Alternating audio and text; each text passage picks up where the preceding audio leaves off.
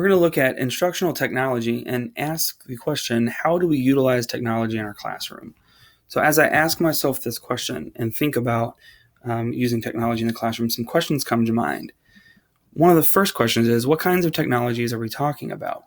And I think when we look at that, we're looking at hardware and some of the software or platforms that we might use. So for instance, some of the hardwares are pretty simple. We know about laptops, we know about smartphones, we know that there's tablets. Some teachers have the good fortune of having access to smart boards. These are the sort of hardware pieces of technology that we might be using. But beyond that, we're looking at what other resources we have. Things like online resources, digital textbooks, ways of using technology in the classroom that we can explore when we get to question number 3.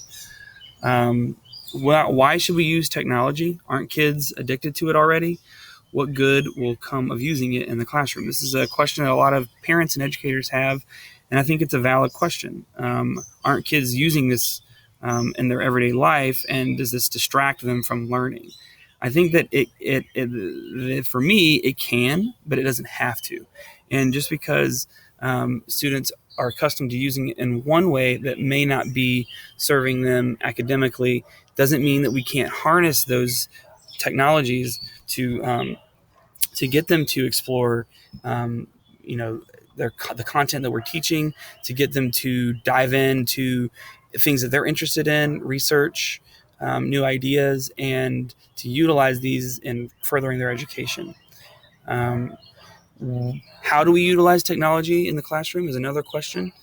What are the ways that we can implement it? For what tasks or what purposes?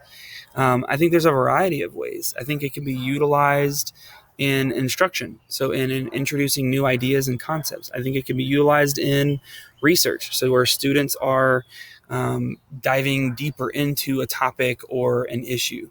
And it can also be used in assessment, so it can be used to assess student learning and see and measure what and how they've learned, and to maybe revisit some things if they need to be revisited. So I think it can be used in a wide variety of methods and ways in the classroom.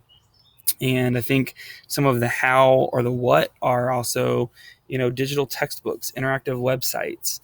It's not as sort of simple and straightforward as sort of the presentation mentality that I think a lot of instructors and educators have, that there's more ways that are often student guided, that students guide their own learning, that can be really powerful and useful in the classroom.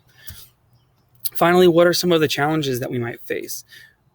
And that's sort of what could come of using technology. What challenges might educators run up against?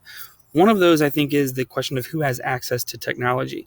The illustration on the left shows sort of the discrepancy that can often be found in student sort of access to education and resources. So which students and which schools are providing an environment and resources that allow students to grow and to thrive, and which are students struggling to thrive and to grow. And when it comes to technology, does every classroom have equal access to technology, or are there discrepancies, and how do we address those inequalities? And then again, what if students misuse it? We talked about this in the first question. And I think that's a challenge, as to how to lead and guide students into proper use of technology. And I think that's a challenge that can be overcome.